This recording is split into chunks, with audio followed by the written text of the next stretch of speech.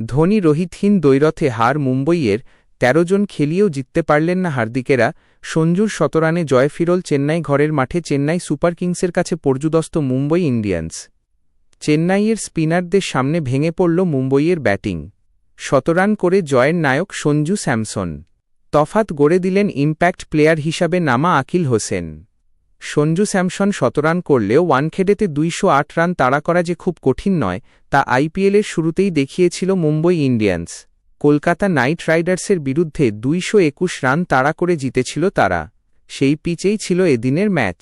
কিন্তু আকিল ও নূর আহমেদের সামনে ভেঙে পড়ল মুম্বইয়ের ব্যাটিং আক্রমণ। মুম্বইকে ১০৩ রানে হারিয়ে জয় ফিরল চেন্নাই সুপার কিংস।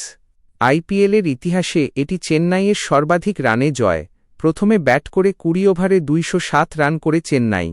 ৫৪ বলে ১০১ রান করে অপরাজিত থাকেন সঞ্জু। তাঁর জবাব দিতে পারলেন না মুম্বইয়ের কোনো ব্যাটার। আকিল ৪ ও নূর ২ উইকেট নিলেন। তাঁদের সামনে অসহায় দেখাল হার্দিক পাণ্ড্য, সূর্যকুমার যাদবদের। এই ম্যাচে সকলের নজর ছিল মহেন্দ্র সিংহ ধোনি ও রোহিত শর্মার উপর।